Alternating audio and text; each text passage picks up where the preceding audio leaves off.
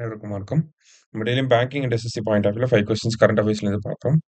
So, இன்னைக்கு என்ன questions இருக்கு அப்படிங்கிறத பார்ப்போம். First one, Opal Suchata who won the 2025 Miss World title belongs to which country அப்படின்னு சொல்லி கேட்டிருக்காங்க. ஸோ, இந்த Miss World competition 72nd Miss World pageant அப்படின்னு சொல்லி சொல்லுவாங்க. எங்க நடந்துச்சு அப்படின்னா, இந்தியாவுல ஹைதராபாத்ல தான் வந்து நடந்திருக்கு. ஓகேங்களா? ஹைதராபாத்ல தான் நடந்துச்சு. ஸோ, இதுல யார் வின் பண்ணியிருக்காங்க? மிஸ் வேர்ல்ட் டைட்டில் வின் பண்ணது யார் அப்படின்னு பார்த்தீங்கன்னா, ஓபால் சுஜாதா அப்படிங்கிற இவங்க தான் வந்து வின் பண்ணியிருக்காங்க. சரியா?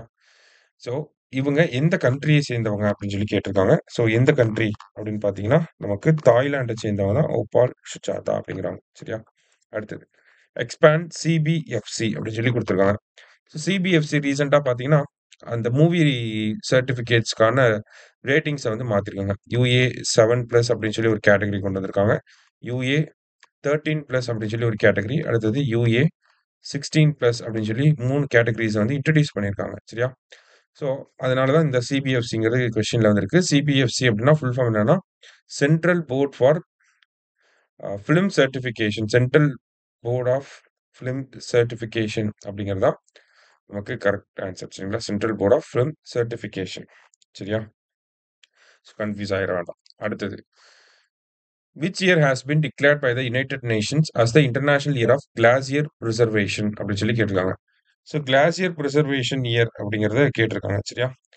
ஸோ 2025 தான் international year of glacier preservation அப்படின்னு சொல்லியிருக்காங்க. ஸோ 2025 வந்து international year of peace and trust அப்படின்னு சொல்றாங்க. International year of quantum technology அப்படின்னு சொல்றாங்க.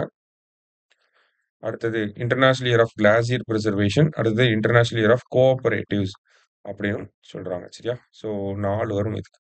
ஸோ 2025.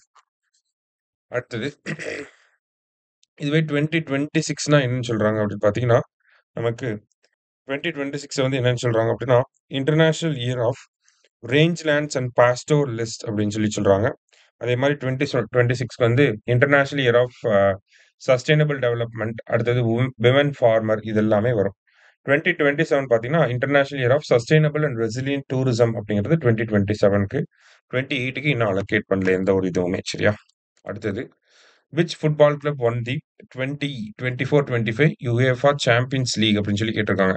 ஸோ யூரோப்ல நடக்கக்கூடிய club football competition Champions League யார் வின் பண்ணியிருக்காங்கன்னா, பாரிஸ் செயின்ட் ஜெர்மான் வந்து வின் பண்ணியிருக்காங்க.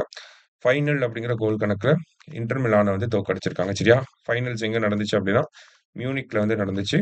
ஏன் சிக்னிஃபிகன்ட் அப்படின்னா, பிஎஸ்ஜியோட ஃபர்ஸ்ட் சாம்பியன்ஸ் லீக் ட்ராஃபி இது. அதனால முக்கியமா இருக்கு. சரியா?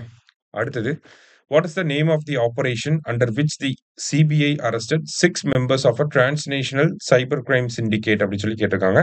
ஸோ இந்த ஆப்பரேஷன் சிபிஐ ஆப்பரேஷன் பேர் என்ன அப்படின்னா, ஆப்பரேஷன் சக்ராவி அப்படிங்கிறது தான். சரியா? ஸோ இன்னைக்கு 5 கொஸ்டின்ஸ் பார்த்துருக்கோம். Thank you.